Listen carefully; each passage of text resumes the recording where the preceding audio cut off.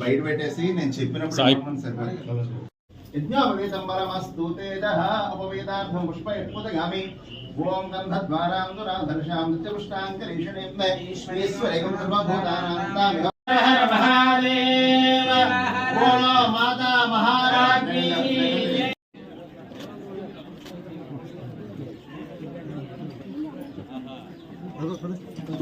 Cleaning చూడమ్మా తప్పైనా మనకు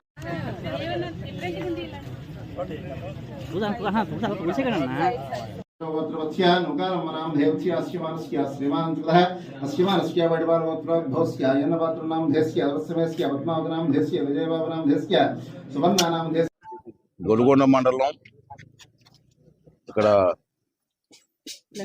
లింగంపేట నౌకాలమ్మ వారి గుడికి రావడం జరిగింది దర్శనార్థం. ఇక్కడ ఈ గుడి చాలా ఫేమస్. ఒకరోజు పండగ కాదు, ఇది 2 రోజుల పండగ కాదు, ఒక 9 రోజులు అలా చేసి బ్రహ్మాండంగా ప్రతిరోజు తీర్థం లాగా రోజు ప్రోగ్రామ్స్ ఎంతో నా చిన్నప్పటి నుంచి చూస్తాను నేను. అప్పుడు విశాఖపట్నం జిల్లా, మనకి ఉమ్మడి జిల్లా ఉండేది. లింగంపేట వచ్చాం, ఎన్ని షాపులు సరదాగా ఇక్కడ కుర్రవాళ్ళు కానీ పెద్దలందరూ కలిసి రోజుకో ప్రోగ్రాం పెట్టి సరదాగా 9 రోజులు అమ్మవారి జాతర చేసుకొని అమ్మవారి ఆశీస్సులు చూసుకుంటున్నారు. అంచేది రాబోయే రోజుల్లో మళ్ళీ ఇవన్నీ కూడా పూర్వ వైభవం రావాలి. రేపు 6వ తారీఖు శ్రీరామనవమి. ఇప్పటికీ మీ ద్వారా మనం చేస్తున్న అందరికీ మన నర్సీపట్నం నియోజకవర్గంలో 101 పంచాయతీలు ఉన్నాయి, తీసుకురావాలా. రేపు శ్రీరామనవమి 6వ తారీఖున ఉంది. మనందరికీ కూడా రాముడు అంటే మన అందరికి దేవుడే కదా. అంటే ప్రతి పంచాయతీలో రామ మందిరంలో శ్రీరామనామం చేసి ఆ పూజ చేస్తే ఆ గ్రామం సుభిక్షంగా ఉంటుంది, అభివృద్ధి చెందుతున్నట్టు పెద్దలు చెప్పారు.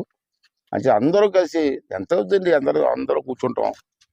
దీనికి పార్టీలు ఎందుకు, ఏ పార్టీ కూడా రాముడి దగ్గర పార్టీలు ఎందుకు, మనకి కూర్చొని సరదాగా 1 గంట శ్రీరామనామం చేయాలని చెప్పి మీ ద్వారా కోరుకుంటూ, అమ్మవారి ఆశీస్సులు మన ప్రాంతానికి ఉండాలని, అలాగే నేను ఇంకా 4 సంవత్సరాలు మనకి అధికారం ఉంటుంది కాబట్టి అమ్మవారి ఆశీస్సులతో మనం ఏవైతే చేద్దాం అనుకున్నామో కార్యక్రమాలన్నీ కూడా ఎక్కడ ఆటంకం లేకుండా విజయంగా పూర్తి చేసి ప్రజలందరూ ఆశీస్సులు పొందాలని చెప్పి నేను మనస్ఫూర్తిగా కోరుకున్నాను. దానికి అమ్మవారి ఆశీస్సులు కావాలని చెప్పి మనస్ఫూర్తిగా కోరుకుంటూ